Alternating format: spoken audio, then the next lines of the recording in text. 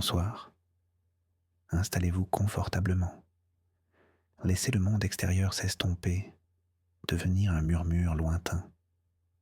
Ce soir, nous n'allons pas simplement regarder les étoiles. Nous allons voyager dans le temps à une époque où le ciel nocturne était à la fois une toile et une énigme. Et si je vous disais qu'il existe une carte du ciel, dessinée par une main humaine, qui contient des mondes entiers qui n'ont jamais existé, des galaxies fantômes, nées d'une illusion, d'un reflet, ou peut-être d'un désir profond de voir plus loin que ce que nos yeux nous permettent. C'est l'histoire que nous allons explorer ensemble. Une histoire douce, étrange et profondément humaine. Une histoire qui nous parle non seulement de l'univers, mais aussi de la façon dont nous le regardons et comment, parfois, nous y voyons des choses qui ne sont pas là. Préparez-vous à fermer les yeux et à ouvrir votre esprit à un cosmos perdu, un univers de papier et d'encre qui recèle une poésie inattendue. Le voyage commence maintenant. Pour comprendre notre histoire, il faut se transporter dans une autre époque. Imaginez le XVIIIe siècle. Les villes sont encore sombres la nuit, baignées par la lueur tremblotante des lanternes à huile et surtout par la lumière majestueuse de la Voie lactée, bien plus visible qu'aujourd'hui. L'astronomie est une science en pleine effervescence, une quête passionnée menée par des gentilshommes, des savants et des rêveurs. Leurs outils ne sont pas les immenses observatoires robotisés que nous connaissons. Ce sont de magnifiques instruments de laiton et de verre, polis à la main, logés dans de petites coupoles privées ou des observatoires modestes. Chaque nuit d'observation est une bataille contre le froid, la fatigue, les nuages. Chaque découverte est une victoire, une petite lumière arrachée à l'immense obscurité. À cette époque, on ne photographie pas le ciel, on le dessine, on le décrit avec des mots, on le catalogue méticuleusement dans de grands registres. Le principal souci de certains astronomes, comme le célèbre Charles Messier, n'est pas de découvrir des galaxies lointaines, un concept encore flou, mais de chasser les comètes. Pour ne pas confondre ces visiteuses chevelues avec les taches floues et permanentes du ciel, comme les nébuleuses et les amas d'étoiles, il décide de cartographier ces dernières.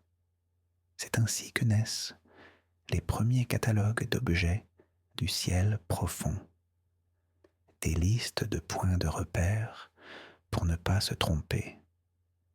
C'est dans les pages de ces catalogues anciens, entre des descriptions de merveilles bien réelles, que se cachent nos fantômes. Imaginez la scène, une nuit glaciale de la fin du XVIIIe siècle. Le silence n'est rompu que par le murmure du vent contre les murs de pierre de l'observatoire. À l'intérieur, une unique bougie projette des ombres dansantes sur des cartes célestes, des livres reliés en cuir et un homme seul, penché sur son télescope. L'air est si froid que son souffle se transforme en une petite nébuleuse personnelle, un nuage éphémère qui se dissipe dans l'obscurité. Cet homme, notre astronome, n'est pas seulement un scientifique, c'est un explorateur. Son navire est cette longue vue en laiton et son océan est l'infini velouté qui s'étend au-dessus de sa tête. Il ne cherche pas la gloire, pas ce soir. Il cherche la connaissance, la clarté. Il veut distinguer l'éphémère de l'éternel. Les comètes, ces vagabondes glacés, sont sa proie, sa passion. Mais pour les trouver, Il doit d'abord connaître par cœur les ports, les îles, les continents fixes de cet océan céleste. Chaque tache laiteuse, chaque groupement d'étoiles serrées est un point de repère. Il passe des heures, des nuits, des années à scruter le même coin de ciel, à attendre que son œil, habitué à l'obscurité, puisse percevoir les détails les plus infimes. C'est un travail de patience infini, une méditation profonde. Son œil est le capteur, son cerveau est l'ordinateur, et sa main, qui plus tard dessinera ce qu'il a vu, est l'imprimante. Il n'y a pas de filtre, pas d'intermédiaire numérique. Juste la lumière d'étoiles mortes depuis des millions d'années, voyageant à travers le vide pour venir mourir sur sa rétine. Cette connexion est pure, directe, mais aussi fragile. L'œil humain est un instrument imparfait, sujet à la fatigue, aux illusions. Et dans cette solitude, dans ce froid, dans cette obscurité presque totale, l'œil peut parfois voir des choses qui n'existent que pour lui. Un reflet dans la lentille, une lueur parasite, ou simplement le fruit de son propre désir de découvrir. C'est dans ce creuset de silence, de patience et de fragilité humaine que nos galaxies fantômes vont prendre naissance, comme un rêve prend forme dans l'esprit d'un dormeur. C'est une naissance poétique, une création involontaire née de la plus noble des intentions. Comprendre le monde qui nous entoure. La carte qu'il dessine ne sera pas seulement une carte du ciel, elle sera aussi une carte de sa propre perception, de ses limites et de ses espoirs silencieux. Concentrons-nous maintenant sur l'instrument lui-même. Ce n'est pas le télescope spatial Hubble flottant dans le silence orbital, ni les géants terrestres installés au sommet des montagnes chiliennes. Non, son télescope est une créature de son temps. Un long tube de bois et de laiton, poli jusqu'à refléter la flamme de la bougie comme un miroir sombre. Il repose sur une monture complexe, faite de cercles gradués et de vis de réglage, permettant de pointer avec une relative précision n'importe quel point du firmament. Mais la précision est un concept relatif. Le moindre souffle de vent peut faire vibrer l'ensemble, transformant les étoiles en traits de lumière. La chaleur du corps de l'astronome peut créer des courants d'air à l'intérieur du tube, déformant l'image. Et puis, il y a les lentilles, le cœur de l'instrument. 2 morceaux de verre, ou peut-être un miroir de métal poli, le spéculum, qui a la particularité de se ternir rapidement. Ces optiques sont le fruit d'un artisanat incroyable, mais elles sont imparfaites. Elles souffrent d'aberrations chromatiques qui entourent dans les étoiles les plus brillantes d'un halo coloré, comme un arc-en-ciel miniature et fantomatique. Elles souffrent d'aberrations sphériques qui rendent les étoiles floues sur les bords du champ de vision. Et surtout, à l'intérieur de cet assemblage de lentilles, la lumière peut jouer des tours. Elle peut se réfléchir sur une surface, puis sur une autre, créant des images fantômes, des reflets pâles, d'étoiles brillantes qui se projettent là où il ne devrait y avoir que du vide. Notre astronome connaît ses défauts. Il a appris à vivre avec, à les ignorer, à les compenser. Mais peut-être que ce soir, la fatigue aidant, une étoile particulièrement vive, juste en dehors de son champ de vision, a-t-elle projeté un de ses reflets, une petite tache floue, diaphane, d'une pâleur exquise. Elle est là, dans l'oculaire. Elle ne bouge pas par rapport aux étoiles voisines, Ce n'est donc pas une comète, ce doit être une nébuleuse, une de ces îles d'étoiles que l'on commence à peine à imaginer. Il la note, il lui donne un numéro, il la décrit, nébuleuse faible, sans étoiles, diffuse. Il ne sait pas qu'il vient de cartographier une illusion, un artefact de son propre instrument. Il vient de donner naissance à un fantôme, un être de lumière et de verre qui hantera les cartes du ciel pendant des décennies, voire des siècles, avant que des yeux plus puissants et moins faillibles ne révèlent sa véritable nature, le vide. L'acte de cartographier, en soi, est un acte de création. C'est imposer un ordre humain sur le chaos apparent de la nature. C'est tracer des lignes, donner des noms, attribuer des coordonnées. La carte du ciel que notre astronome élabore n'est pas une simple reproduction, c'est une interprétation. Chaque point, chaque cercle, chaque note, en marge, est une décision, un jugement. Il regarde dans son oculaire, puis se tourne vers sa table de travail, éclairée par la bougie. Le passage de l'obscurité quasi totale à la lumière, même faible, est un choc pour sa rétine. Il doit attendre quelques secondes que sa vision s'adapte. Puis, avec une plume d'oie trempée dans l'encre de Chine, il commence à dessiner. Le papier est épais, texturé. Il absorbe l'encre avec une soif silencieuse. Il ne cherche pas à faire une œuvre d'art, mais la précision de son trait, la nécessité de capturer la position relative des étoiles, confère à ses croquis une beauté austère. Il note les magnitudes, les distances angulaires, les alignements.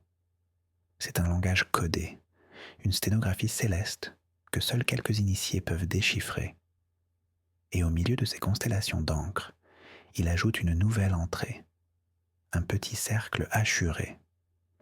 À côté, il écrit le numéro qu'il lui a assigné. Disons, pour notre histoire, le numéro 40. Objet numéro 40. Il devient alors aussi réel que la galaxie d'Andromède ou la nébuleuse d'Orion.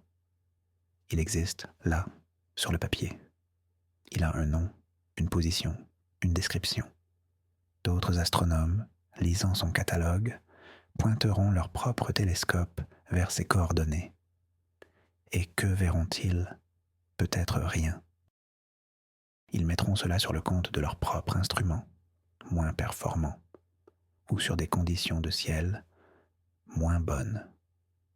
La réputation de notre astronome est telle qu'on ne remet pas facilement en question ses observations. L'objet fantôme commence sa vie. Il est recopié sur d'autres cartes, mentionné dans des traités d'astronomie. Il devient un fait, une petite brique dans le grand édifice de la connaissance humaine. Et pourtant, sa fondation est le vide. Il est né d'un soupir de lumière, d'un jeu de reflets dans un tube de laiton. C'est une pensée fascinante. La réalité, ou du moins notre compréhension de celle-ci, est parfois construite sur des spectres, des illusions acceptées collectivement. L'objet 40 est un secret silencieux, dormant dans les pages des vieux livres, attendant que la technologie progresse suffisamment pour venir le démasquer, ou plutôt pour venir révéler la poésie involontaire de sa création. Maintenant, imaginons cette galaxie fantôme, notre objet 40. Essayons de la voir avec les yeux de l'astronome, de ressentir ce qu'il a ressenti. Il vient de passer des heures à balayer une région du ciel apparemment vide. Ses yeux sont fatigués, son esprit est dans un état de concentration flottante, presque méditatif. Et soudain, elle est là, une présence. Ce n'est pas un point brillant comme une étoile, ni une tache nette comme une planète.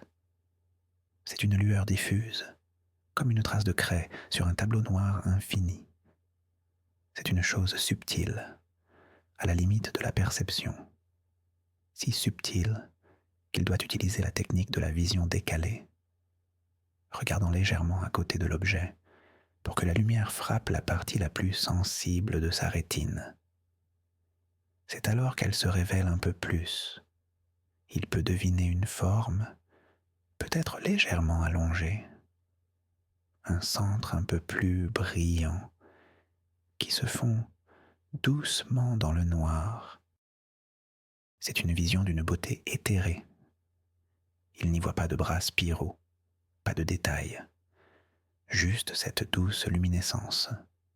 Pour lui, à cette époque, c'est une nébuleuse, un nuage.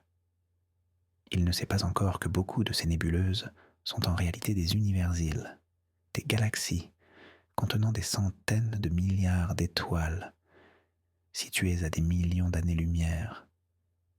Mais même sans cette connaissance, la vision est saisissante. C'est un témoignage de la profondeur de l'univers.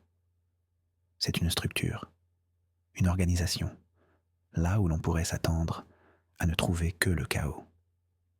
Il la contemple longuement, essayant de mémoriser chaque détail, la pâleur de sa lumière, la douceur de ses contours, la façon dont elle semble flotter, suspendue dans le velours noir de l'espace. Il n'y a pas de son, pas de mouvement, juste une présence silencieuse et immobile. Il ressent une forme d'intimité avec cet objet.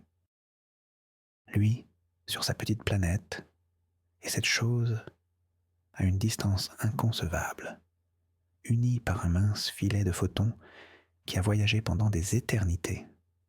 Sauf que ce filet de photons est un mensonge. Il ne vient pas des profondeurs du cosmos. Il est né il y a une fraction de seconde, à quelques centimètres de son œil, dans le balai des reflets entre les lentilles de son télescope. La beauté qu'il perçoit, l'émerveillement qu'il ressent, sont bien réels. Mais leur source est une illusion. Est-ce que cela diminue la valeur de son expérience ? Est-ce que la beauté d'un mirage est moins réelle pour le voyageur assoiffé qui le contemple ? Notre galaxie fantôme est une œuvre d'art involontaire, créée par la collaboration d'une étoile lointaine, d'un morceau de verre et d'un cerveau humain avide de merveilles. Le temps passe, les saisons tournent. Notre astronome continue son travail, nuit après nuit, ajoutant des objets à son catalogue. Certains sont de véritables joyaux cosmiques qui deviendront des cibles favorites pour les astronomes amateurs des siècles futurs. D'autres sont plus modestes, de pâles amas d'étoiles ou de discrets nuages de gaz. Et parmi eux, il y a nos fantômes. L'objet 40 et peut-être quelques autres, ses frères et sœurs d'illusion. Le catalogue est finalement publié. C'est un événement dans le monde savant de l'époque. Il est imprimé, relié et envoyé aux autres observatoires d'Europe. Il devient un outil de travail indispensable, un guide pour les explorateurs du ciel. Des astronomes en Angleterre, en Allemagne, en Italie reçoivent leurs copies. Ils lisent avec admiration la description de l'objet 40, nébuleuse faible, diffuse. Ils consultent les coordonnées, attendent une nuit claire et pointent leurs propres instruments. Imaginez leur perplexité. Ils regardent, encore et encore. Ils balaient la zone. Rien, absolument rien. Juste quelques étoiles faibles sur un fond de noir parfait. Leur première réaction n'est pas de douter du maître, c'est de douter d'eux-mêmes. Mon télescope est-il assez puissant ? Le ciel est-il assez pur ce soir ? Ai-je fait une erreur dans le calcul des coordonnées ?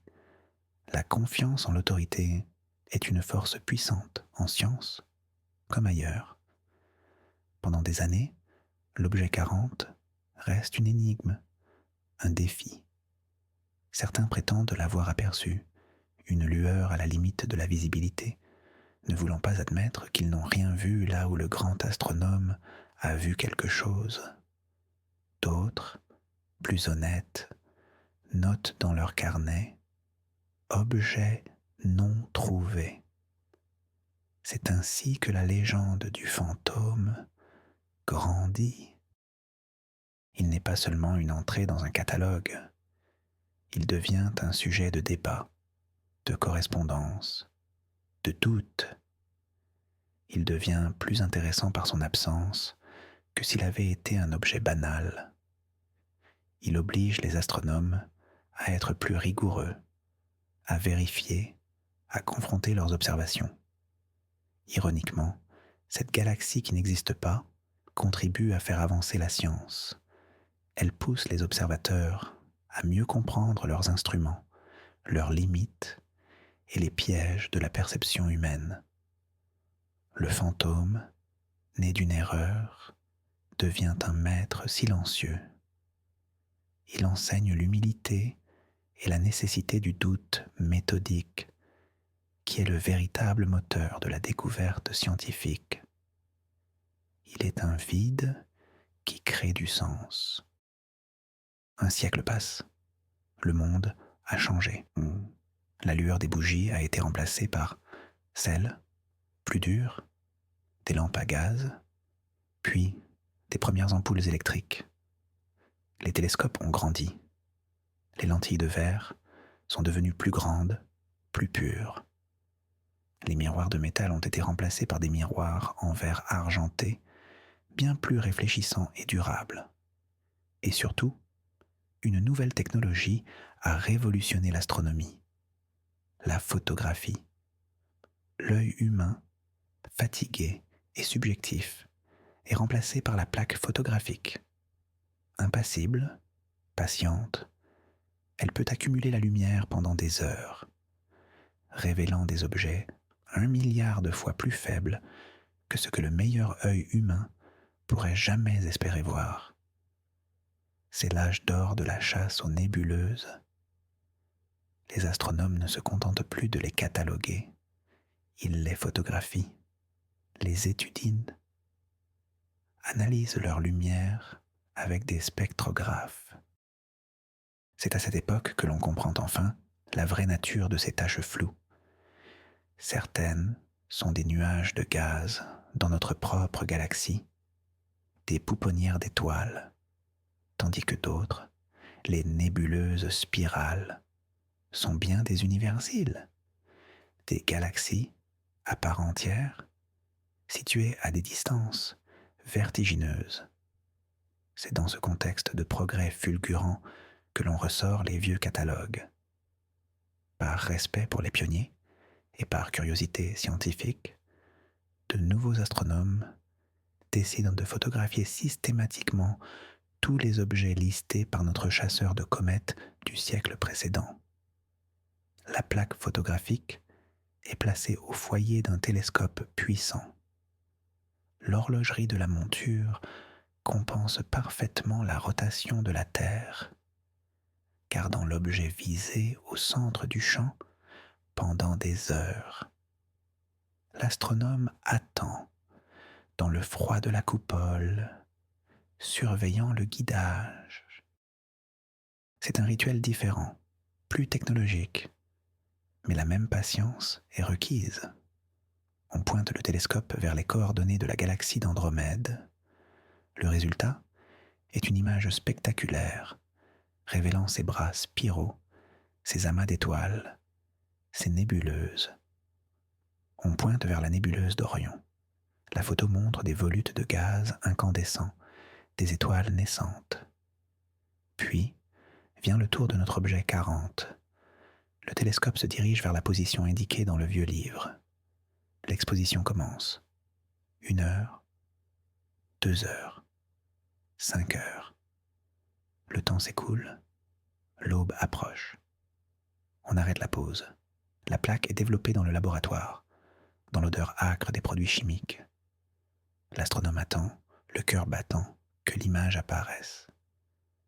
Et sur le négatif, là où une galaxie fantôme aurait dû imprimer sa faible lueur, il n'y a rien, absolument rien.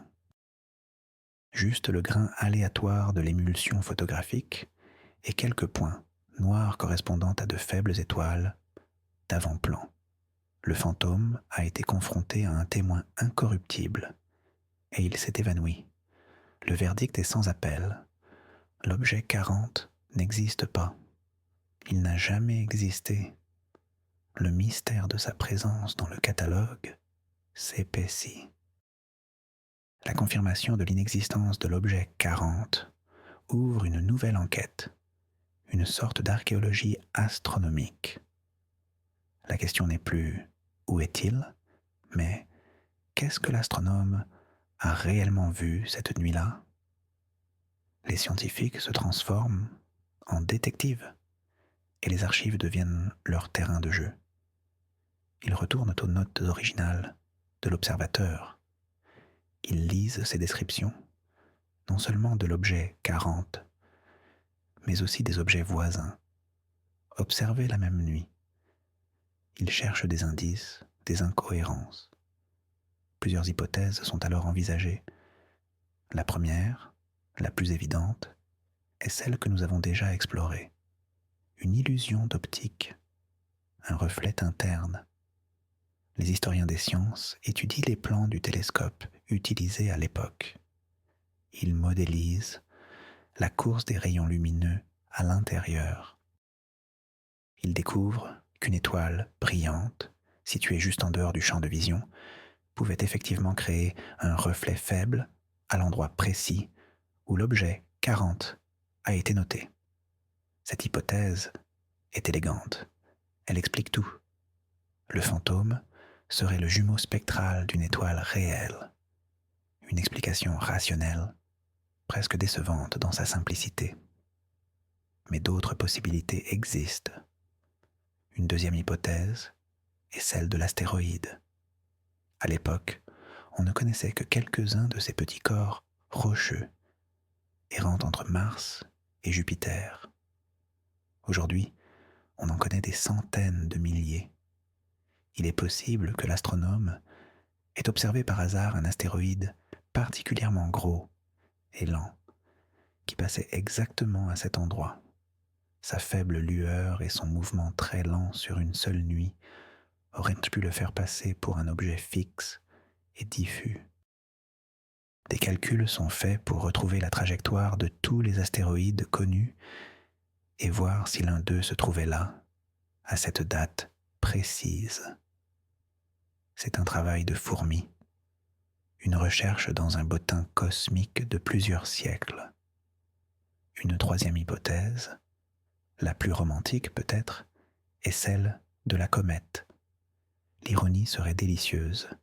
Le chasseur de comètes, dans sa quête pour les éviter, aurait pris une comète inconnue, très faible et sans queue apparente, pour une nébuleuse. Une comète qui serait ensuite repartie vers les confins du système solaire, pour ne jamais revenir, ou seulement dans des milliers d'années. L'objet 40 serait alors le souvenir fugace d'un visiteur glacé. Chaque hypothèse est examinée, débattue. La science n'est pas seulement une collection de faits, c'est aussi un processus d'investigation, d'élimination, de construction de récits plausibles. L'objet 40, même dans son inexistence, génère de la connaissance, de la méthode, de la réflexion. Il nous oblige à penser comme un astronome du XVIIIe siècle, à comprendre ses outils, ses défis et les limites de sa perception. Le fantôme n'est plus dans le ciel, il est dans l'histoire. Penchons-nous plus en détail sur l'hypothèse du reflet, car elle est la plus probable et la plus poétique. Imaginez la lumière, elle n'est pas seulement ce qui nous permet de voir, elle est une entité physique, un flot de particules, les photons, se comportent aussi comme des ondes. Quand cette lumière traverse une lentille, la plupart des rayons la traversent en étant déviés, focalisés pour former une image. C'est le but de la lentille. Mais aucune lentille n'est parfaite. Une petite fraction de la lumière, peut-être 1 ou 2%, est réfléchie par la surface du verre. Elle repart en arrière. Dans un télescope simple, cette lumière est perdue. Mais dans un oculaire, qui est composé de plusieurs lentilles, les choses se compliquent. La lumière réfléchie par la première surface de la deuxième lentille peut repartir vers la première lentille, se réfléchir à nouveau sur la surface arrière de celle-ci, et finalement repartir dans la bonne direction, vers l'œil de l'observateur. Ce double reflet crée une image secondaire, une image fantôme. Elle est toujours beaucoup plus faible que l'image principale, et elle n'est pas nette. Elle apparaît comme une tache floue, diffuse. Sa position dans le champ de vision dépend de la position de l'étoile brillante qui lui a donné naissance. Si l'étoile est au centre, le fantôme est au centre. Si l'étoile est sur le bord, le fantôme peut apparaître de l'autre côté. C'est un ballet complexe, une chorégraphie de photons qui crée une illusion presque parfaite. L'astronome, scrutant une région sombre, pouvait avoir une étoile très brillante, juste en dehors de son champ de vision immédiat. Son œil, adapté à l'obscurité, ne la voyait pas directement, mais la lumière de cette étoile pénétrait quand même dans le télescope.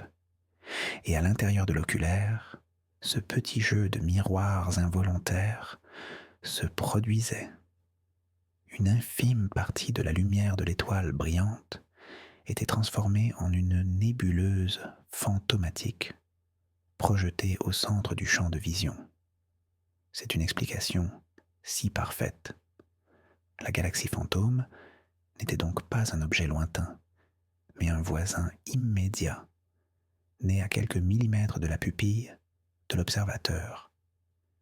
C'est une métaphore puissante de la perception. Parfois, ce que nous croyons voir au loin n'est que le reflet de quelque chose de très proche, une partie de nous-mêmes ou de nos outils que nous projetons sur le monde. L'univers, dans ce cas, a servi de miroir. La quête de l'infiniment lointain a révélé une imperfection de l'infiniment proche. Le fantôme nous apprend que, pour bien voir le monde, il faut d'abord parfaitement connaître l'instrument avec lequel on le regarde. Et cet instrument, c'est aussi notre propre esprit. Et si le fantôme était une comète? L'idée est séduisante. Les comètes sont les fantômes du système solaire. Elles apparaissent, silencieuses, venues des profondeurs glacées de l'espace, puis repartent, comme des spectres. La plupart développent une queue de poussière et de gaz, magnifiquement visible, lorsque le soleil chauffe leur noyau de glace. Mais pas toutes. Certaines sont petites ou pauvres en gaz et ne développent qu'une très faible atmosphère, la coma, sans queue visible. Vues de loin, elles ressemblent à une petite tache floue, indistincte. Exactement la description d'une nébuleuse. Notre astronome était un chasseur de comètes. Il passait ses nuits à chercher des objets qui bougeaient par rapport aux étoiles. Mais pour détecter ce mouvement, il faut observer l'objet sur plusieurs nuits, ou au moins sur plusieurs heures. Imaginons qu'il découvre notre objet 40 au début de sa nuit d'observation. Il le note comme une nébuleuse potentielle, puis, pris par d'autres tâches, ou à cause de l'arrivée des nuages, il ne retourne pas vérifier sa position plus tard dans la nuit. ou la nuit suivante. Il l'inscrit dans son catalogue comme un objet fixe. L'erreur est humaine et tout à fait plausible. Cette comète, venue des confins du nuage de Oort, ce réservoir immense et lointain de milliards de noyaux cométaires, aurait fait sa seule et unique visite dans le système solaire interne. Elle aurait croisé le regard de notre astronome, un rendez-vous cosmique de quelques heures avant de repartir sur une orbite de plusieurs milliers, voire millions d'années. Elle ne reviendra jamais à l'échelle d'une vie humaine, ni même d'une civilisation. L'objet 40 serait alors le seul témoignage de son passage. Une observation unique, inexpliquée, qui a été mal interprétée. Dans ce scénario, la galaxie fantôme n'est pas une illusion, mais un souvenir. Le souvenir d'un voyageur solitaire. C'est une pensée qui donne le vertige. Combien d'autres objets, combien d'autres phénomènes uniques et éphémères ont été aperçus par des observateurs solitaires au cours des siècles, peut-être notés dans un carnet oublié ou simplement gardés en mémoire sans jamais être confirmés. Le ciel nocturne n'est pas un décor immuable. C'est une scène vivante où des acteurs inattendus peuvent faire une brève apparition avant de retourner en coulisses pour l'éternité. La galaxie fantôme serait alors moins une erreur qu'un mystère, le témoignage d'un événement qui a bien eu lieu, mais dont nous avons perdu la clé de compréhension. C'est peut-être la plus belle fin pour notre histoire. Le fantôme n'est pas vide. Il est la trace d'un passage. Au-delà de l'explication technique, qu'elle soit reflet, comète ou astéroïde, il y a une dimension psychologique fascinante dans la création de ces galaxies fantômes. Il faut se mettre dans l'esprit de l'observateur, la solitude de l'observatoire, le silence profond de la nuit, la fatigue qui s'installe après des heures de concentration intense. Dans cet état, la frontière entre ce que l'on voit et ce que l'on s'attend à voir peut devenir poreuse. L'esprit humain n'aime pas le vide. Il cherche constamment à reconnaître des formes, à trouver du sens, même là où il n'y en a pas. C'est le phénomène de pareidolie qui nous fait voir des visages dans les nuages ou des animaux dans les taches d'encre. Peut-être qu'à un niveau plus subtil, un astronome qui cherche des nébuleuses est plus enclin à interpréter une lueur ambiguë comme une nébuleuse.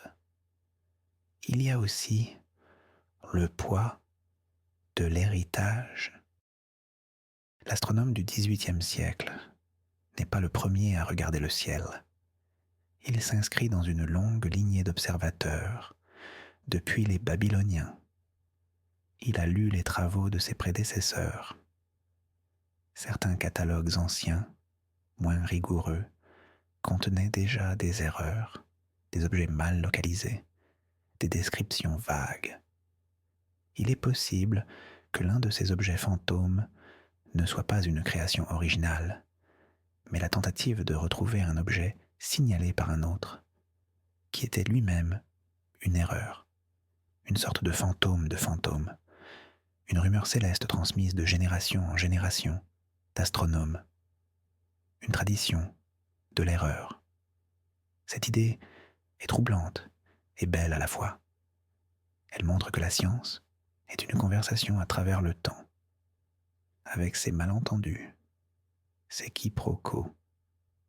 Une carte du ciel n'est pas seulement un instantané de l'univers à un moment donné.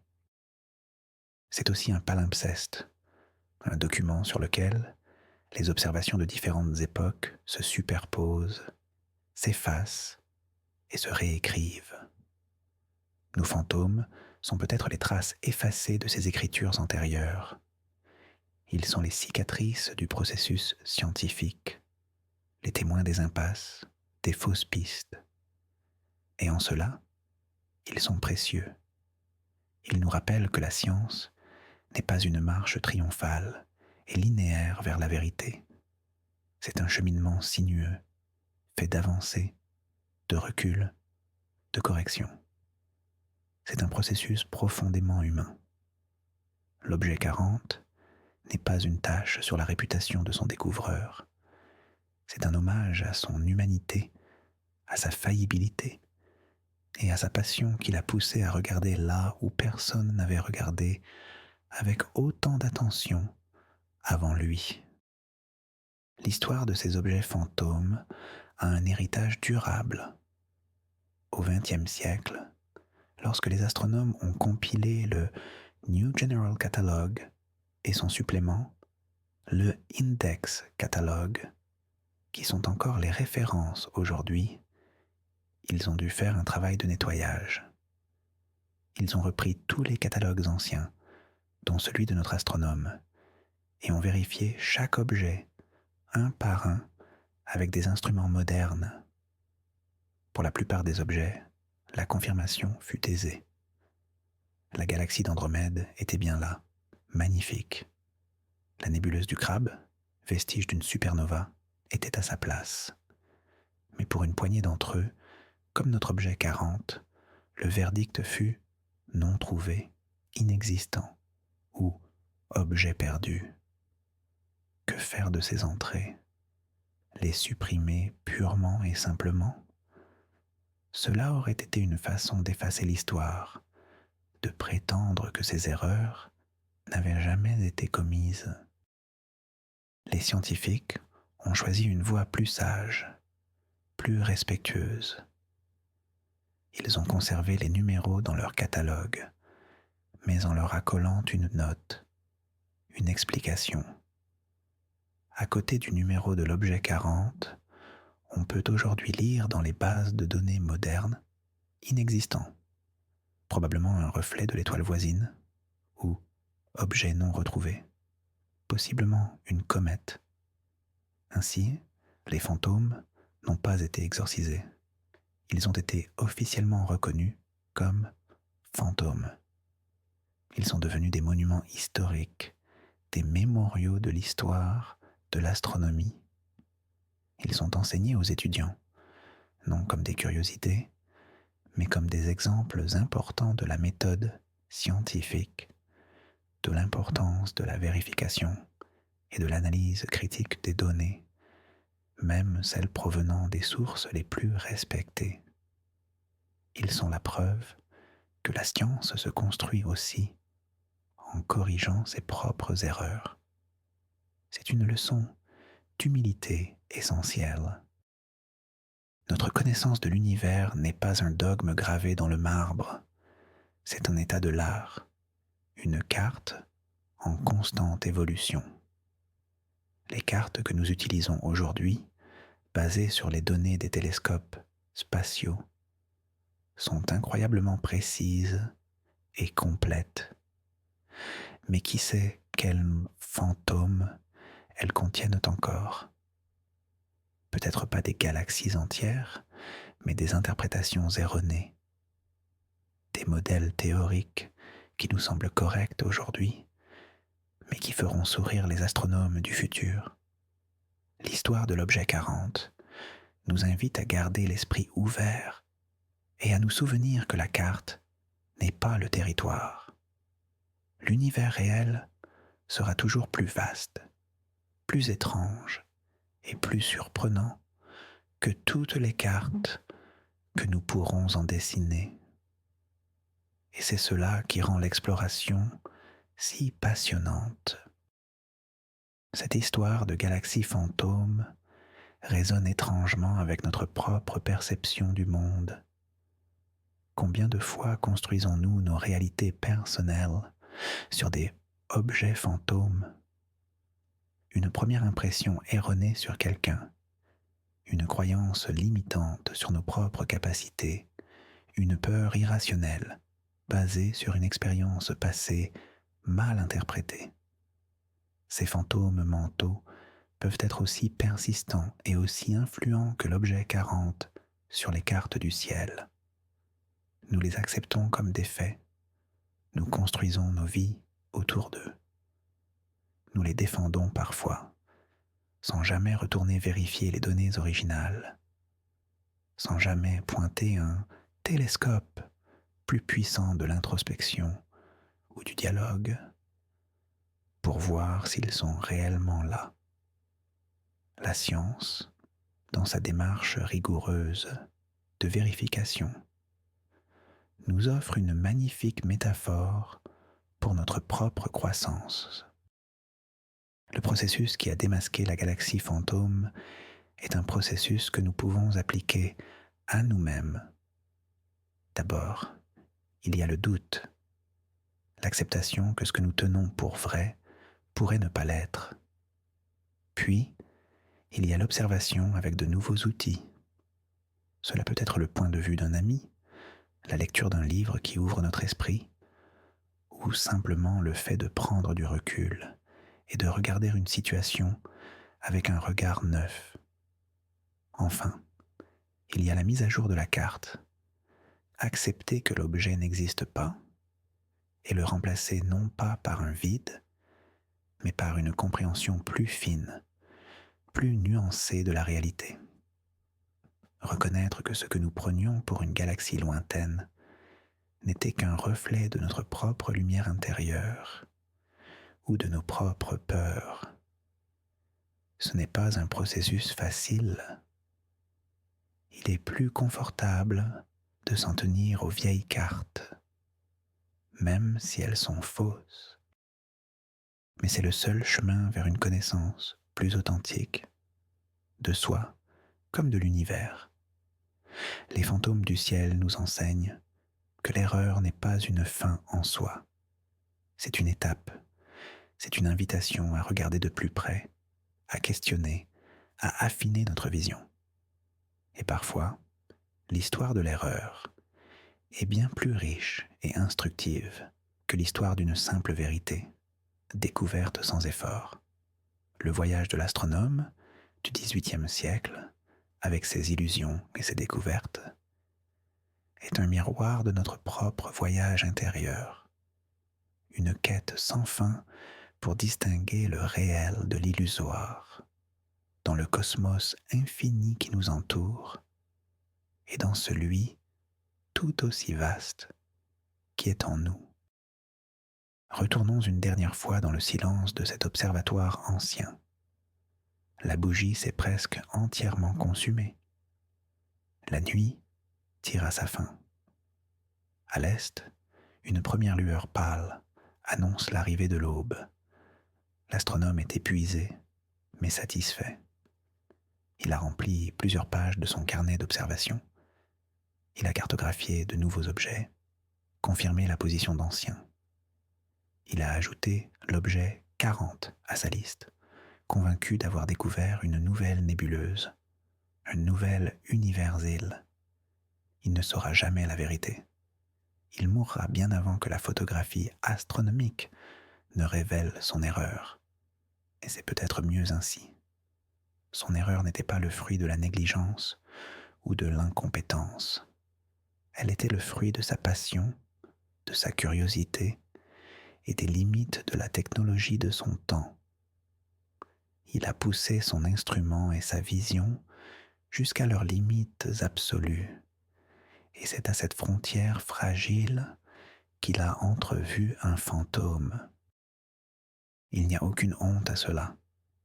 Au contraire, il y a une certaine noblesse. Il a eu le courage de regarder dans le noir et de noter ce qu'il pensait y voir. Aujourd'hui, nous regardons le ciel avec des yeux bioniques. Les télescopes spatiaux nous envoient dans des images d'une clarté et d'une profondeur que notre astronome n'aurait même pas pu imaginer dans ses rêves les plus fous. Nous avons cartographié des milliards de galaxies. Nous avons mesuré l'expansion de l'univers. Nous avons détecté les ondes gravitationnelles issues de la fusion de trous noirs. Notre carte du cosmos est d'une richesse inouïe. Mais sommes-nous pour autant plus proches de la vérité ultime? Ou avons-nous simplement remplacé les fantômes du XVIIIe siècle par des fantômes plus sophistiqués? La matière noire, l'énergie sombre, ces concepts dominent la cosmologie moderne. Ils sont nécessaires pour expliquer nos observations, mais leur nature profonde nous échappe totalement. Ce sont, en quelque sorte, les objets fantômes de notre époque, des entités que nous insérons dans nos modèles pour que les équations fonctionnent, mais que nous n'avons jamais directement observées. Peut-être que dans 200 ans, les astronomes du futur regarderont nos théories avec le même sourire tendre que celui que nous avons en pensant à l'objet 40. L'histoire des galaxies fantômes n'est donc pas une histoire terminée, confinée au passé. C'est une fable intemporelle sur la nature de la connaissance. Elle nous rappelle de rester humble, curieux, et de ne jamais cesser de polir les lentilles de notre perception, car l'univers aura toujours plus d'un tour dans son sac pour déjouer nos certitudes. Laissons maintenant derrière nous les observatoires et les télescopes, et concentrons-nous sur la nature même de ces fantômes. Ils sont immatériels, et pourtant ils ont eu une existence concrète. Ils ont existé sur le papier, dans l'encre, dans les livres. Ils ont existé dans l'esprit des astronomes, dans leurs conversations, dans leurs doutes. Ils ont occupé un espace, non pas dans le cosmos, mais dans le monde des idées. C'est une forme d'existence tout aussi valide. Une idée, même fausse, peut avoir des conséquences bien réelles. L'idée de l'objet 40 a poussé les astronomes à construire de meilleurs télescopes, à développer des techniques d'observation plus rigoureuses. Son inexistence a été plus productive que l'existence de bien des objets banals. C'est un paradoxe magnifique. Le vide peut être un moteur. L'absence peut générer de la présence. Cela nous amène à réfléchir à la beauté de l'imperfection. Une carte parfaitement exacte de l'univers, si une telle chose était possible, serait peut-être une chose froide, définitive. Elle mettrait un terme à la quête. Les cartes anciennes, avec leurs erreurs, leurs monstres marins dans les zones inexplorées, leurs continents aux formes approximatives, ont une âme. Elles ne sont pas seulement des outils de navigation, elles sont des récits. Elles racontent l'histoire de leur propre création, avec les peurs, les espoirs et les connaissances limitées de leurs auteurs. La carte du ciel de notre astronome, avec ses galaxies fantômes, est un de ces récits. Elle nous parle d'une époque où l'univers était encore largement un territoire vierge, où chaque nouvelle observation pouvait potentiellement tout changer.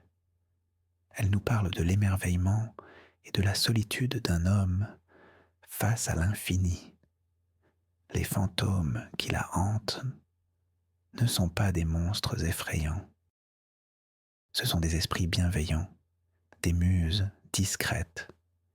Ils ajoutent une couche de poésie, de mystère à l'entreprise scientifique. Ils nous rappellent que derrière les équations et les données, il y a toujours des êtres humains, avec leur sensibilité, leur imagination et leur capacité à voir de la beauté même dans une illusion.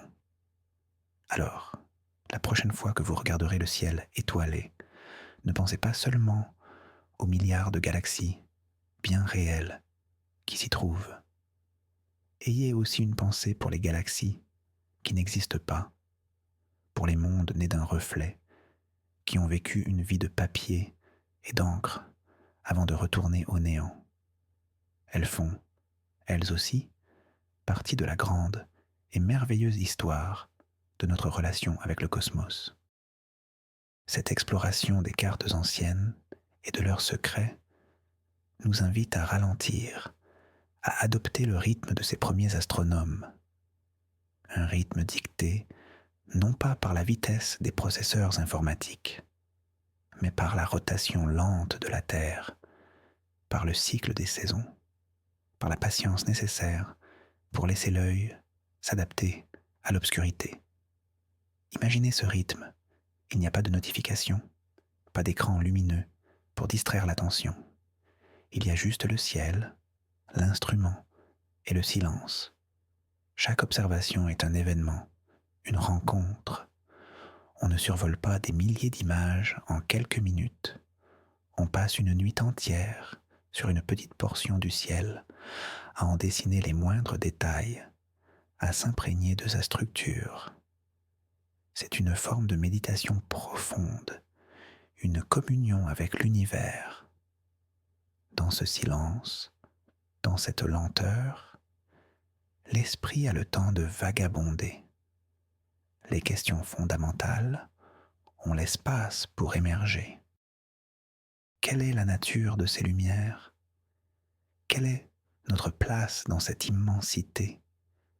Sommes-nous seuls? Les galaxies fantômes sont peut-être aussi le produit de cette lenteur, de cet espace laissé à l'imagination. Quand on passe des heures à regarder une tache floue à la limite de la perception, l'esprit peut commencer à construire des détails, à projeter des formes. C'est un processus créatif, pas nécessairement une erreur. C'est la tentative de l'esprit de donner du sens à une information sensorielle minimale. Aujourd'hui, nous avons accès à une quantité d'informations astronomiques phénoménales. Nous pouvons voyager virtuellement jusqu'aux confins de l'univers visible en quelques clics. Mais avons-nous gagné en profondeur ce que nous avons perdu en lenteur? Avons-nous encore le temps de nous laisser imprégner par une seule image, de la contempler jusqu'à ce qu'elle nous révèle ses secrets et peut-être aussi les nôtres? L'histoire de la carte ancienne est une invitation à retrouver cette qualité d'attention, cette observation patiente. Peut-être devrions-nous, de temps en temps, éteindre nos écrans, sortir sous le ciel nocturne et simplement regarder, sans chercher à nommer chaque constellation, sans application pour nous guider. Juste regarder, laisser nos yeux s'habituer à l'obscurité et voir ce qui émerge. Peut-être y verrons-nous des fantômes, et peut-être que ces fantômes nous en apprendront plus sur nous-mêmes que toutes les galaxies réelles. Il existe un concept en philosophie japonaise appelé wabi-sabi. C'est une vision du monde centrée sur l'acceptation de la fugacité et de l'imperfection. La beauté, dans cette perspective, est trouvée dans ce qui est imparfait, impermanent et incomplet. Un bol de thé en céramique, avec ses fissures et ses irrégularités, est considéré comme plus beau qu'un objet parfaitement lisse et symétrique produit en usine. L'histoire de notre carte céleste et de ses galaxies fantômes est une parfaite illustration du wabi-sabi appliqué à la science. Une carte moderne, générée par ordinateur, est parfaite. Elle est précise, complète, sans erreur. Mais elle est aussi un peu froide, impersonnelle. La carte ancienne, avec ses erreurs, ses approximations, ses fantômes, est imparfaite. Et c'est précisément dans cette imperfection que réside sa beauté et sa profondeur. Chaque erreur est une fissure qui laisse entrevoir l'histoire humaine derrière la carte. La galaxie fantôme est la trace de la main fatiguée de l'astronome, du reflet dans son télescope imparfait, de son désir de découverte. Elle raconte une histoire que la perfection ne peut pas raconter. Elle nous connecte à l'effort, à la lutte, à la passion de ceux qui nous ont précédés. Elle nous rappelle que la connaissance n'est pas un objet parfait et fini que l'on découvre, mais un processus organique qui grandit, se corrige et porte les cicatrices de sa propre histoire. Accepter les fantômes du catalogue, c'est accepter cette vision wabi-sabi de la science. C'est reconnaître que la beauté ne réside pas seulement dans les réponses, mais aussi dans les questions, pas seulement dans les découvertes, mais aussi dans les erreurs qui y ont mené.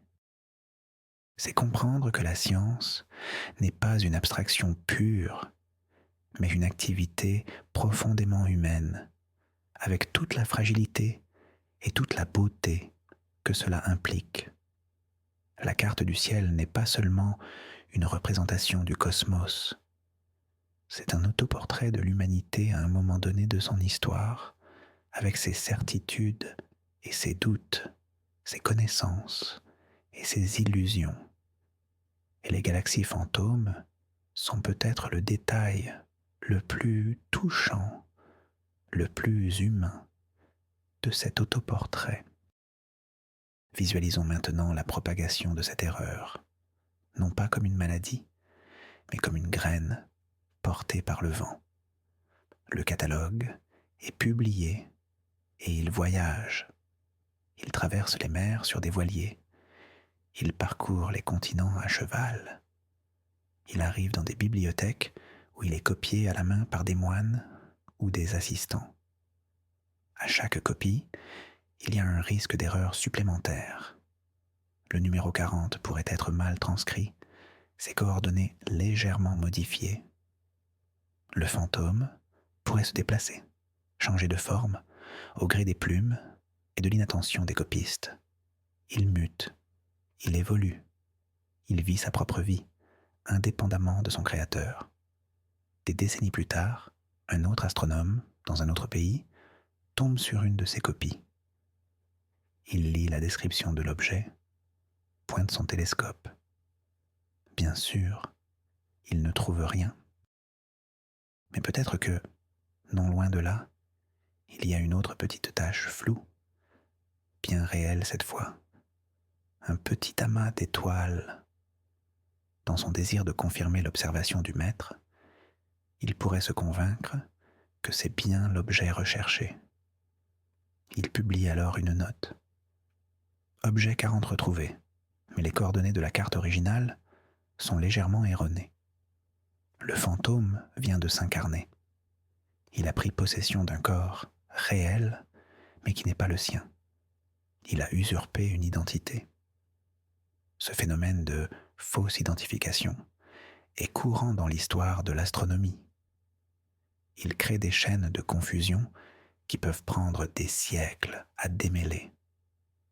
L'histoire de notre fantôme devient alors un véritable roman policier, avec des fausses pistes, des usurpations d'identité, des témoignages contradictoires. Les historiens des sciences doivent mener des enquêtes minutieuses, comparer les éditions des catalogues, analyser les dessins d'époque pour reconstituer le parcours de cette erreur.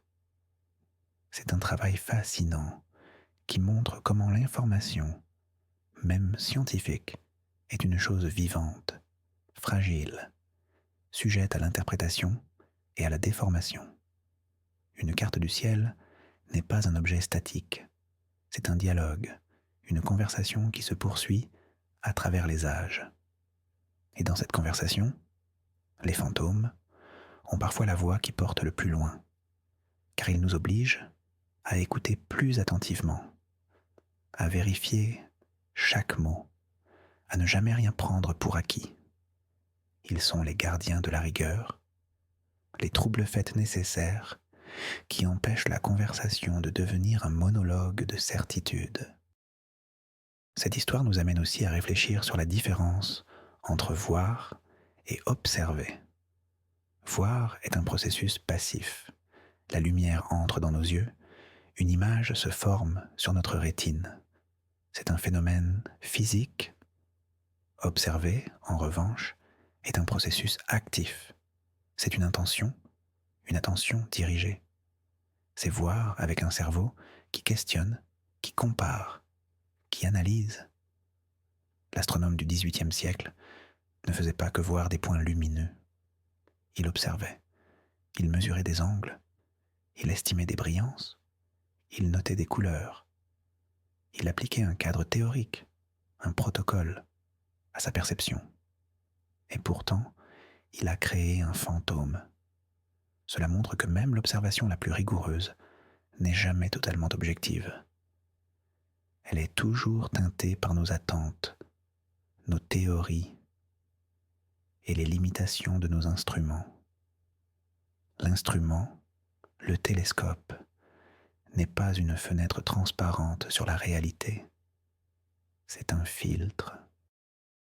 Il amplifie certaines choses, en atténue d'autres, et parfois, il en crée de toutes pièces. L'observateur doit donc observer non seulement le ciel, mais aussi son propre instrument. Il doit connaître ses défauts, ses biais, ses caprices. C'est une double observation, une mise en abîme. Le véritable astronome n'est pas celui qui a le meilleur télescope. C'est celui qui comprend le mieux les imperfections du sien. Cette leçon va bien au-delà de l'astronomie. Dans tous les domaines de la vie, nous observons le monde à travers des instruments. Nos sens, notre langage, notre culture, nos émotions. Chacun de ces instruments a ses propres reflets, ses propres aberrations. Il filtre la réalité, il la façonne. Prendre conscience de cela, c'est faire un grand pas vers la sagesse. C'est comprendre que ce que nous appelons la réalité est toujours une co-création entre le monde et notre manière de l'observer. Les galaxies fantômes sont là pour nous le rappeler. Elles sont le produit d'une interaction entre la lumière des étoiles et un morceau de verre. Elles n'existent ni dans le ciel seul, ni dans le télescope seul. Elles existent dans la relation entre les deux. Elles sont des objets relationnels. Et peut-être que tout dans l'univers est ainsi. Peut-être que rien n'existe en soi, mais seulement dans le réseau infini de relations que les choses tissent entre elles. Le fantôme n'est pas une erreur, c'est une révélation sur la nature même de l'observation. Imaginons un instant que nous puissions voyager dans le temps et rencontrer notre astronome juste après son observation de l'objet 40. Nous nous approchons de lui dans la pénombre de l'observatoire. Nous lui disons, avec toute la douceur possible, « Monsieur, ce que vous venez de voir, cette belle nébuleuse, n'existe pas. C'est une illusion, un reflet dans votre oculaire. » Quelle serait sa réaction ? Serait-il déçu, vexé, ou serait-il fasciné ? Probablement un mélange des trois, mais en tant qu'homme de science, sa curiosité l'emporterait. Il voudrait comprendre. Il nous demanderait de lui expliquer le phénomène de la double réflexion. Il retournerait à son télescope, non pas pour regarder le ciel, mais pour regarder l'instrument lui-même. Il essaierait de reproduire le phénomène, de le maîtriser. Et une fois qu'il aurait compris, il ne serait pas plus pauvre, mais plus riche. Il aurait perdu une galaxie, mais il aurait gagné une connaissance fondamentale sur son outil de travail. Il aurait appris quelque chose d'essentiel sur la nature de la lumière et de la perception. Son erreur, une fois comprise, deviendrait une découverte. C'est là toute la magie du processus scientifique. Il n'y a pas d'erreur définitive, seulement des compréhensions temporaires qui sont affinées, corrigées, approfondies. La science n'est pas la peur de se tromper, c'est la volonté de comprendre pourquoi on s'est trompé et d'utiliser cette compréhension pour mieux voir la prochaine fois. Cette attitude est une source d'optimisme profond. Elle nous dit que nos échecs ne sont pas des impasses, mais des tremplins. Chaque fois que nous nous heurtons à un mur, nous en apprenons un peu plus sur la nature du mur et sur nos propres limites. La galaxie fantôme était un de ces murs. En s'y heurtant, les astronomes ont appris à construire de meilleures fenêtres. C'est pourquoi il ne faut pas juger les scientifiques du passé avec l'arrogance de notre savoir présent.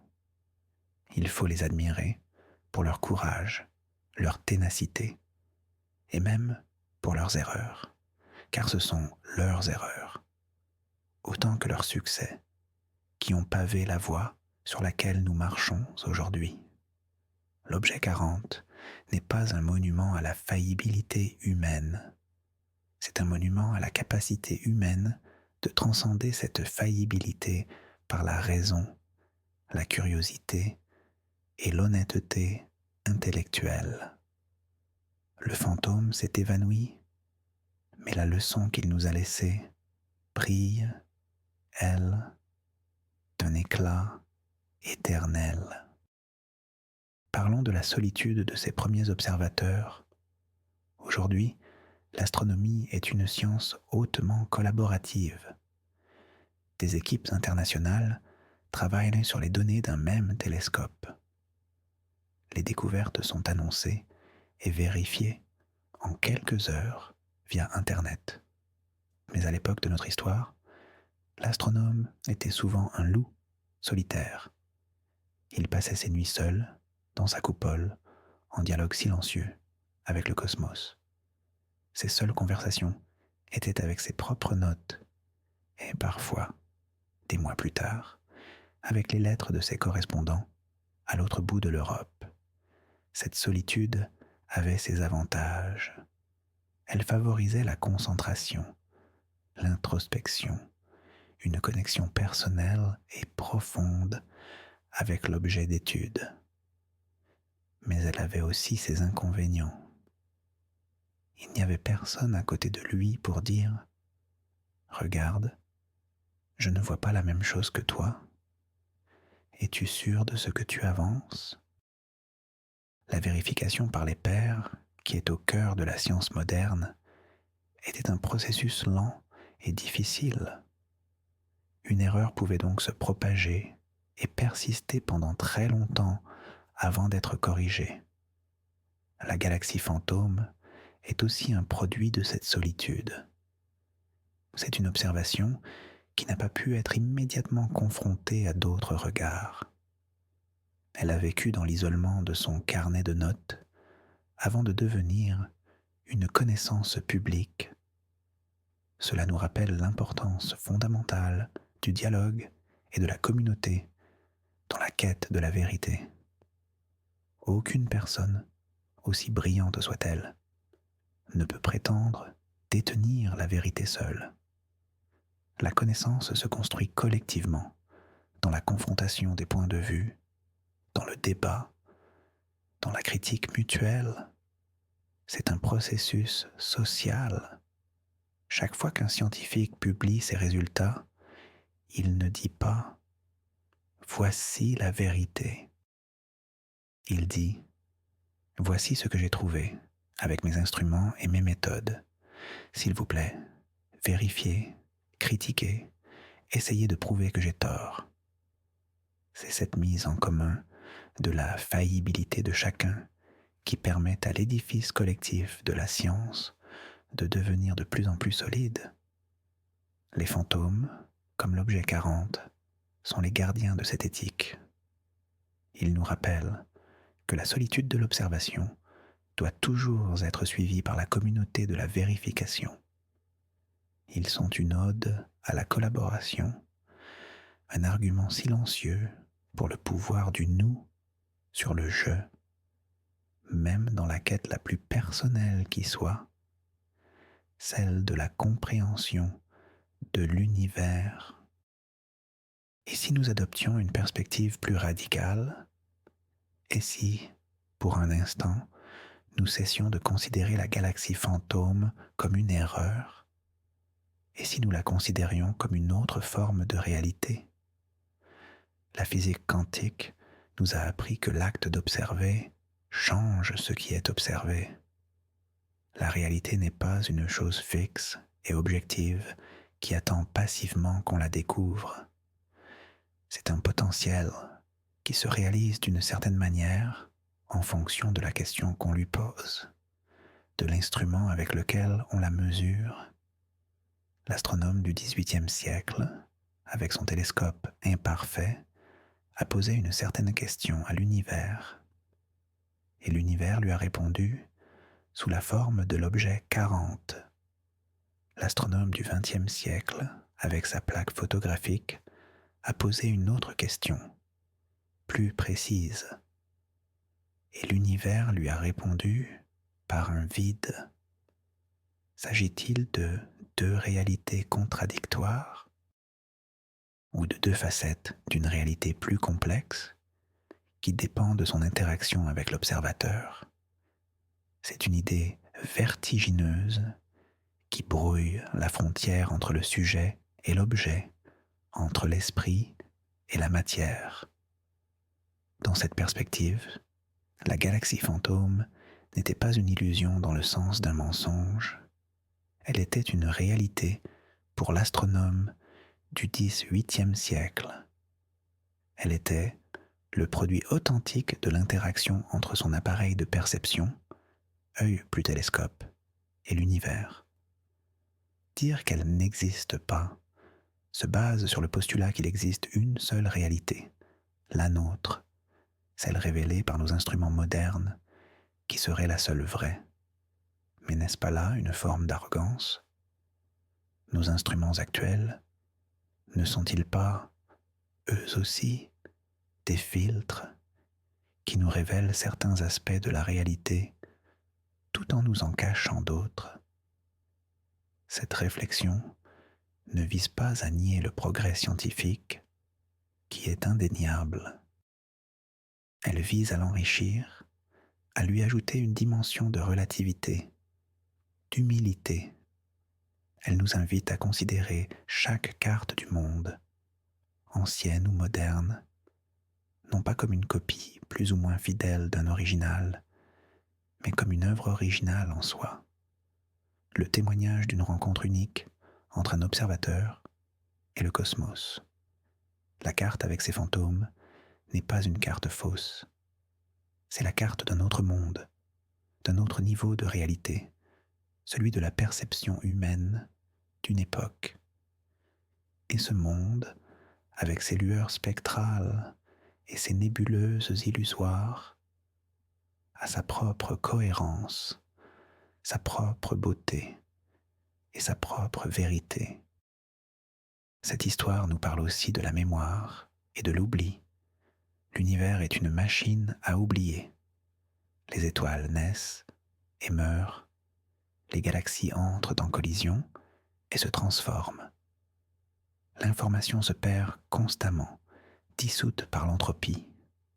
Les catalogues astronomiques, les cartes du ciel, sont une tentative désespérée de lutter contre cet oubli. C'est une volonté de fixer, de mémoriser, de créer un héritage. C'est dire, nous étions là, nous avons regardé, et voici ce que nous avons vu. Chaque entrée dans le catalogue est un acte de mémoire. Mais que se passe-t-il quand la mémoire elle-même est défaillante, quand elle enregistre des fantômes? L'objet 40 est une anomalie de la mémoire cosmique. C'est un souvenir de quelque chose qui n'a jamais eu lieu, ou plutôt, le souvenir d'une perception, pas d'un objet. C'est un fait fascinant. Notre mémoire collective, notre savoir, contient des traces de nos propres illusions. Et ces traces sont importantes.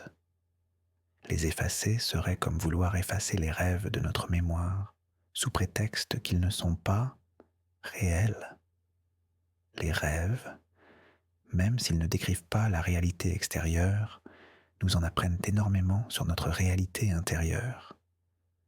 De la même manière, les fantômes de la science nous en apprennent beaucoup sur le fonctionnement de l'esprit scientifique. Ils sont les rêves de la science, ces lapsus, ces actes manqués. Et comme en psychanalyse, c'est souvent en analysant ces lapsus que l'on comprend le mieux les désirs et les mécanismes profonds à l'œuvre. Le désir de découvrir, de remplir les blancs sur la carte. Le mécanisme de projection qui nous fait voir au dehors ce qui est en dedans. La science n'est pas seulement une entreprise de mémorisation du réel. C'est aussi une entreprise de gestion de ses propres fantômes. Elle doit apprendre à vivre avec eux, à les reconnaître, à les comprendre. Elle ne peut pas les chasser complètement, car ils sont une partie d'elle-même. Ils sont le signe de sa vitalité, de son imagination, de son humanité. Un savoir sans fantôme serait un savoir mort, un savoir qui ne rêve plus, qui ne se questionne plus sur la nature de sa propre vision. Alors, chérissons ces fantômes. Ils sont les gardiens de notre mémoire, y compris la mémoire de nos errances. La lumière elle-même est une messagère du passé. Quand nous regardons la galaxie d'Andromède, nous ne la voyons pas telle qu'elle est maintenant, mais telle qu'elle était il y a 2,5 millions d'années. C'est le temps qu'il a fallu à sa lumière pour nous parvenir. L'astronomie est une archéologie. Le télescope est une machine à remonter le temps. Chaque objet que nous voyons dans le ciel est un fantôme de lui-même. Nous voyons l'étoile Bételgeuse telle qu'elle était il y a plus de 600 ans. Peut-être a-t-elle déjà explosé en supernova. Peut-être que nous sommes en train de regarder le fantôme d'une étoile morte. L'univers entier est une sorte de carte hantée. Dans ce contexte, la distinction entre une vraie galaxie et une galaxie fantôme devient elle-même un peu floue, un peu spectrale. L'objet 40, le reflet, est un fantôme du présent. Il est créé en temps réel dans le télescope. Une galaxie lointaine est un fantôme du passé. Elle est l'image d'un objet qui a peut-être radicalement changé ou qui n'est même plus là. Les deux sont des images, des représentations, des informations transportées par la lumière. La différence réside dans la longueur et la nature de leur voyage. L'un a voyagé quelques centimètres à l'intérieur d'un tube de laiton. L'autre a voyagé des millions d'années-lumière à travers le vide intergalactique. Mais au moment où ils atteignent la rétine de l'observateur, ils sont tous deux de la même nature. Une stimulation de cellules nerveuses, interprétée par un cerveau. Cette idée est profondément relaxante. Elle dissout la rigidité de nos catégories.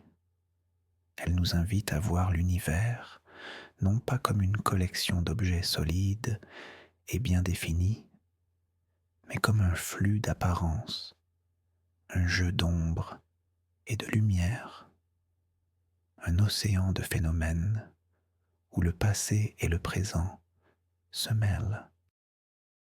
La galaxie fantôme n'est pas une exception. Elle est un cas extrême qui révèle la nature fantomatique de toute perception.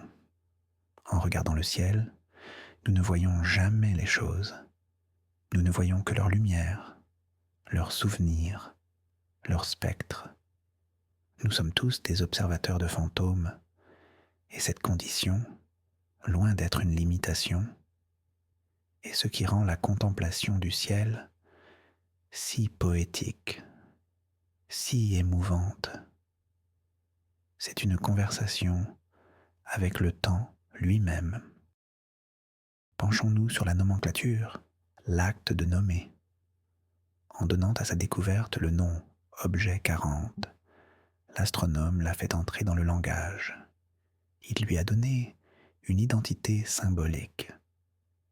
Et les mots ont un pouvoir créateur.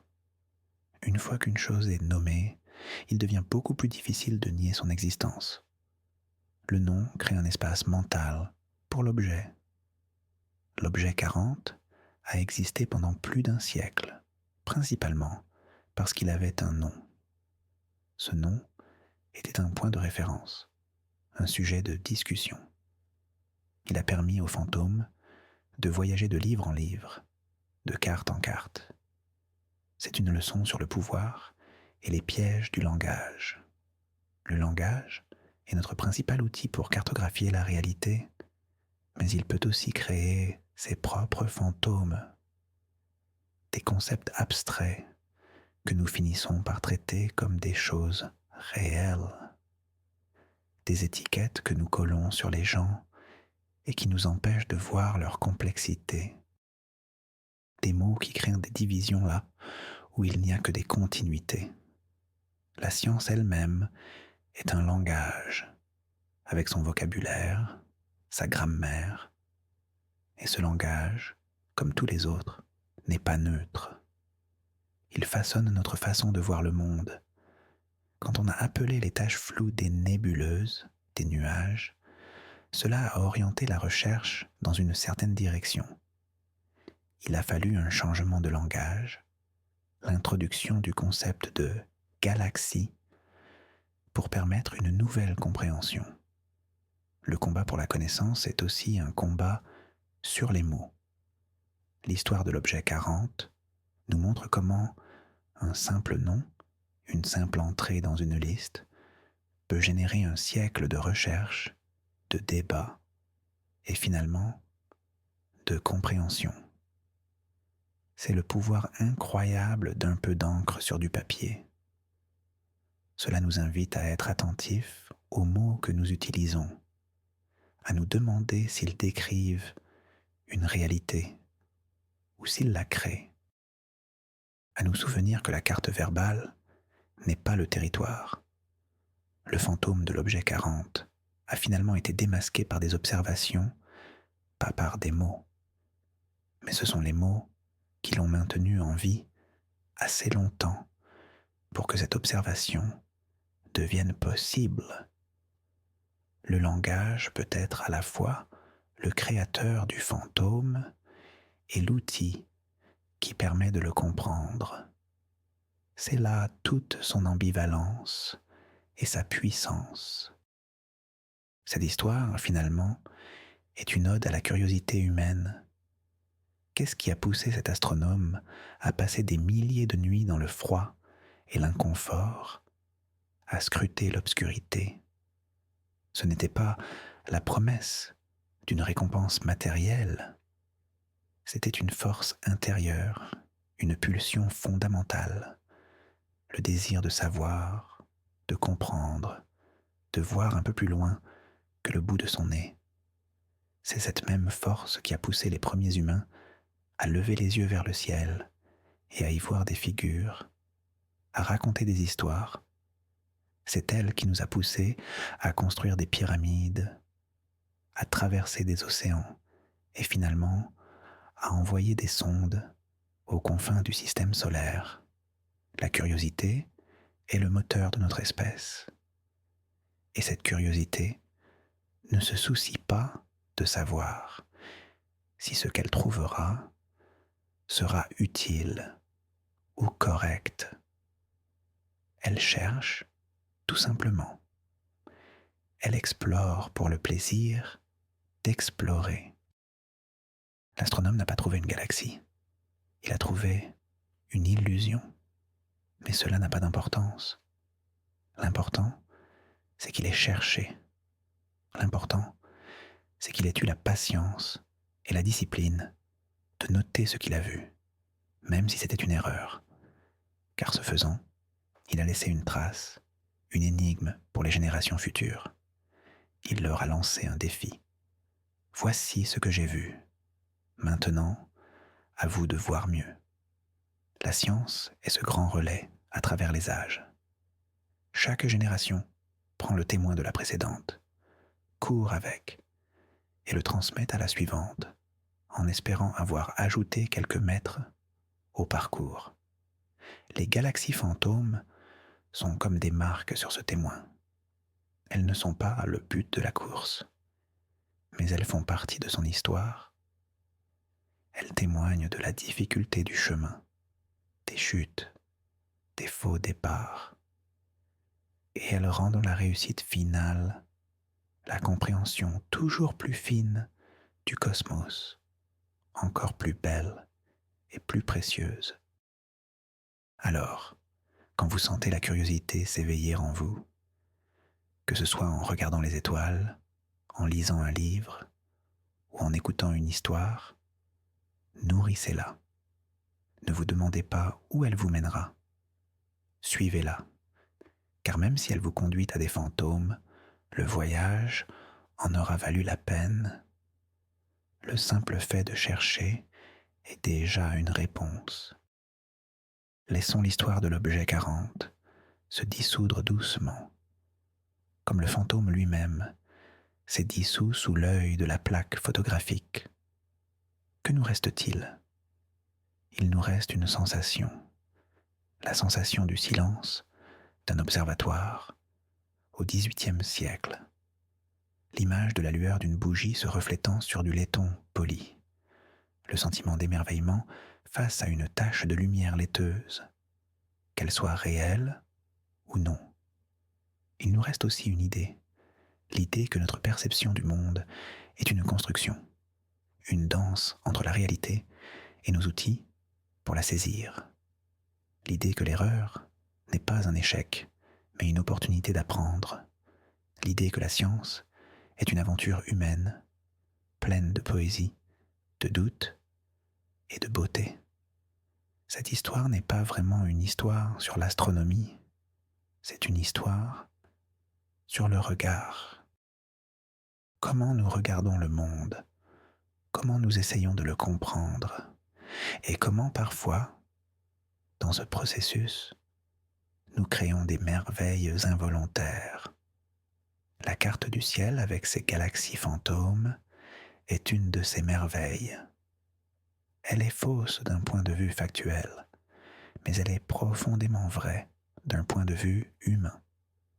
Elle nous dit que notre quête de connaissance est aussi une quête de sens, et que parfois nous trouvons le sens dans les endroits les plus inattendus, dans un reflet, dans une absence, dans un fantôme.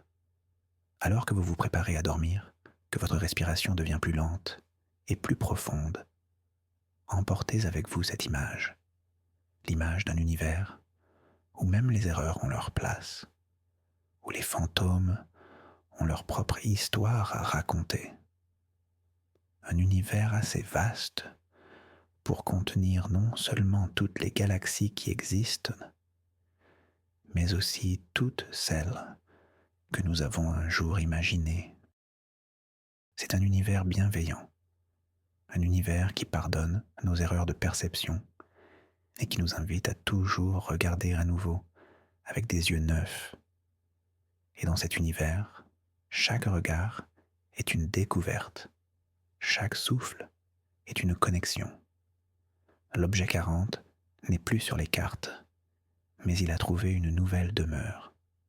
Il flotte maintenant dans le royaume des histoires, des métaphores et des rêves. Et là, il continuera de briller, non pas de la lumière des étoiles, mais de la lumière de la signification que nous lui avons donnée. Imaginez maintenant que cette carte ancienne est une métaphore de notre propre esprit. Notre esprit est un paysage vaste, avec ses continents de certitude, ses océans de doute et ses nombreuses zones inexplorées. Chaque jour, nous y traçons des routes, Nous y construisons des villes de croyances, nous y nommons des montagnes de souvenirs. Et parfois, sans nous en rendre compte, nous y dessinons aussi des fantômes, des peurs qui n'ont pas de fondement réel, mais qui dictent nos mouvements, des espoirs qui sont des mirages, nous faisant courir vers un horizon qui recule sans cesse, des images de nous-mêmes qui sont des reflets déformés, nés de remarques anciennes ou de comparaisons injustes. Ces fantômes mentaux, comme les galaxies de notre histoire, peuvent avoir une influence considérable. Ils peuvent nous empêcher d'explorer de nouvelles régions de notre être, nous confiner dans des territoires connus mais insatisfaisants. La démarche de l'astronome moderne, qui retourne aux sources pour vérifier les données, est une démarche de santé mentale. C'est oser pointer le télescope de la conscience sur ces zones d'ombre. C'est se demander, cette peur, cette croyance sur moi-même, est-elle basée sur une réalité observable ou est-ce un reflet, un héritage, un fantôme? C'est un travail courageux, car il est parfois plus confortable de vivre avec ces fantômes que de faire face au vide qu'ils pourraient laisser. Mais comme en astronomie, découvrir que le fantôme n'existe pas n'est pas une perte, c'est une libération. C'est un espace qui se crée, un espace pour dessiner de nouvelles cartes, plus justes, plus alignées avec qui nous sommes vraiment. C'est remplacer la galaxie de la peur par un amas d'étoiles de possibilités. C'est comprendre que la carte de notre esprit n'est pas figée. Nous en sommes les cartographes. Et nous avons le pouvoir, à chaque instant, de la redessiner.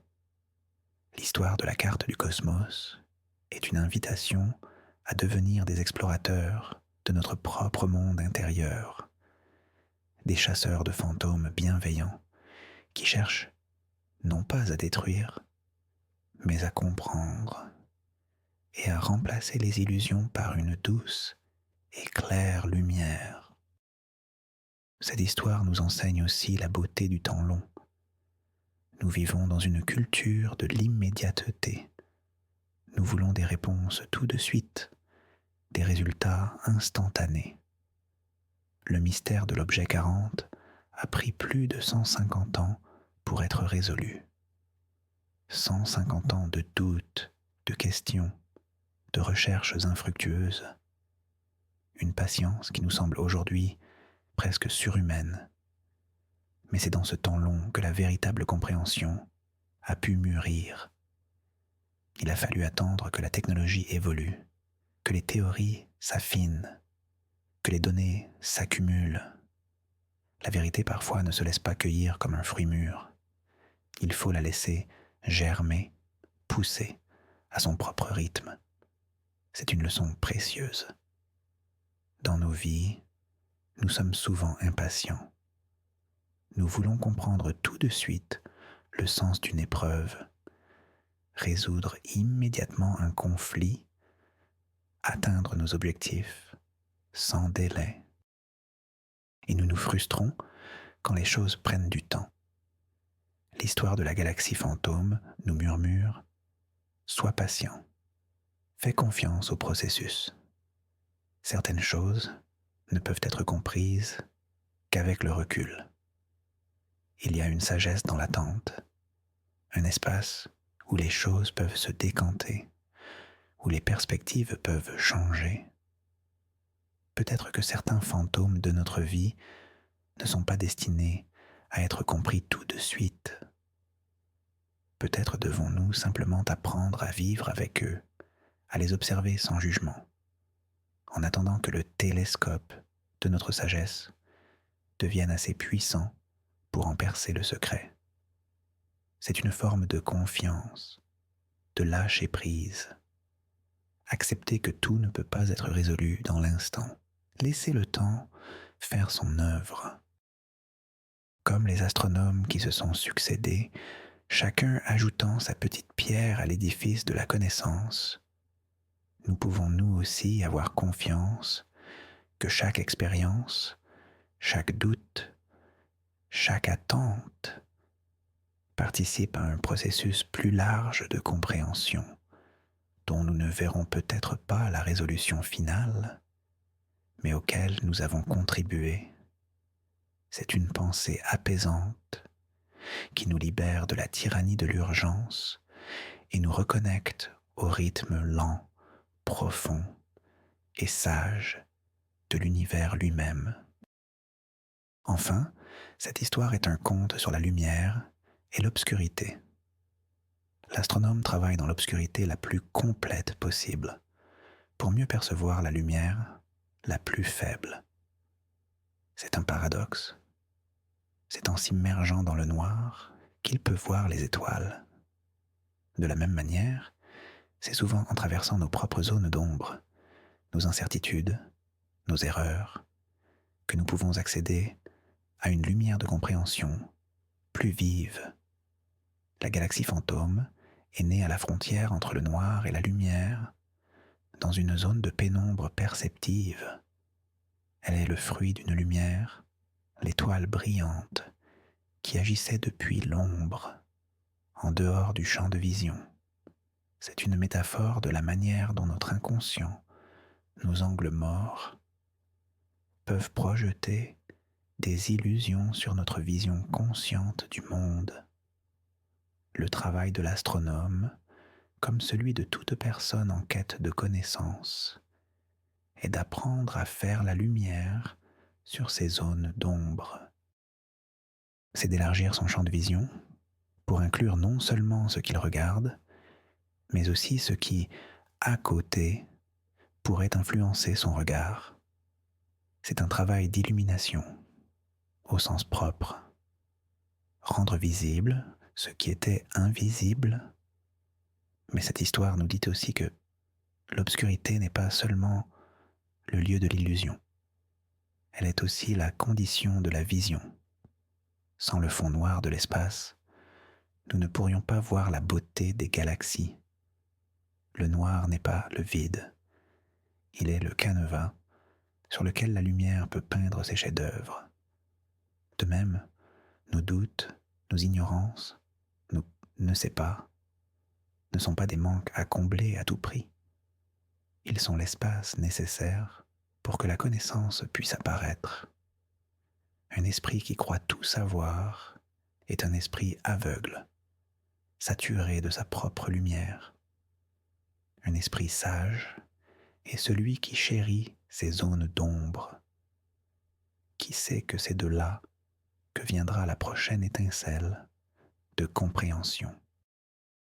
La galaxie fantôme nous invite à nous réconcilier avec notre propre obscurité, à ne pas en avoir peur, mais à la voir comme un espace fertile, un ciel nocturne intérieur, plein de constellations à découvrir et peut-être de quelques doux fantômes avec lesquels converser en attendant l'aube. Alors que notre voyage touche à sa fin, laissons une dernière image s'installer dans notre esprit. L'image de la carte du ciel, non plus comme un document scientifique, mais comme une œuvre d'art.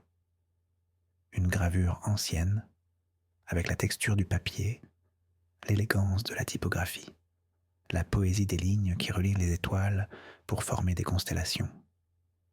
Et sur cette œuvre, une petite tache d'encre, un petit cercle hachuré, avec un numéro à côté. C'est notre galaxie fantôme. Ce n'est pas une tache, une erreur à effacer. C'est la signature de l'artiste. C'est la marque de l'humanité de son créateur. C'est le détail qui rend cette carte unique, touchante. C'est ce qui la distingue d'une image parfaite, générée par un ordinateur. C'est une invitation à regarder le monde, et nous-mêmes, avec ce même regard d'artiste. Un regard qui ne cherche pas seulement l'exactitude, mais aussi la beauté. Un regard qui ne juge pas les imperfections, mais qui les voit comme des sources de caractère, d'histoire, de sens.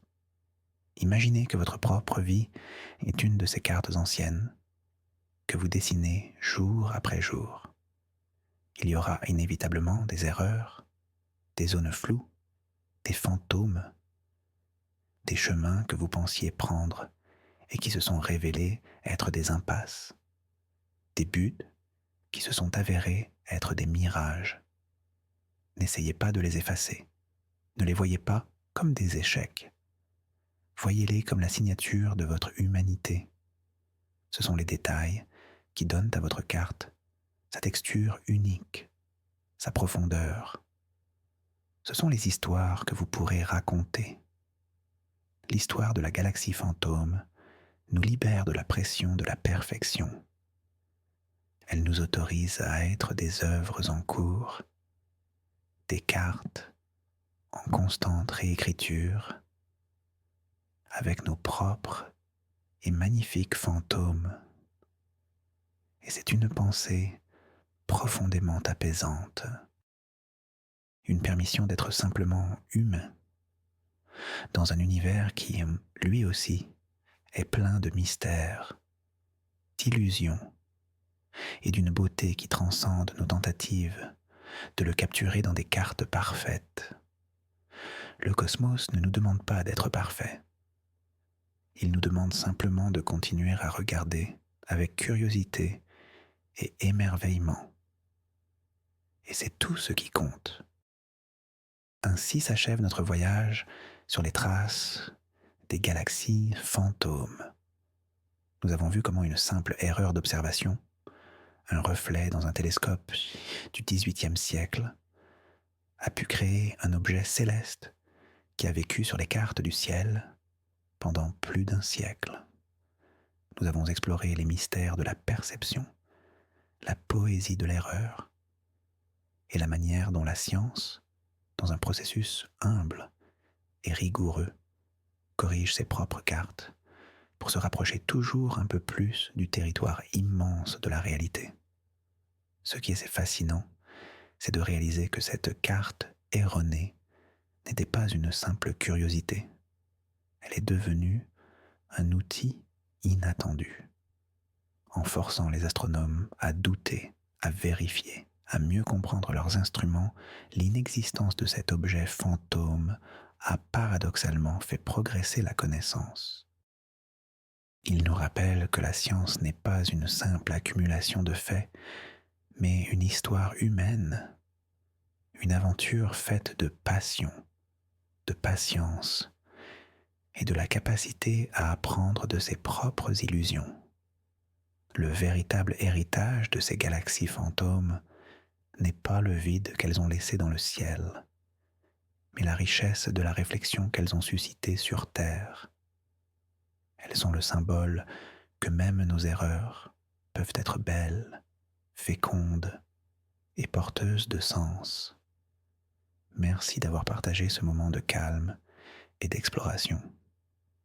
Si ce voyage vous a aidé à vous détendre, n'hésitez pas à laisser un pouce levé et abonnez-vous pour ne pas manquer nos prochaines conférences pour dormir. Et maintenant, j'aimerais vous poser une question. Quelle est la chose la plus poétique ou la plus surprenante que vous ayez apprise sur l'univers? Une idée qui a changé votre façon de regarder le ciel? Partagez-la dans les commentaires. Je vous souhaite une nuit douce et paisible, remplie de rêves étoilés. Dormez bien.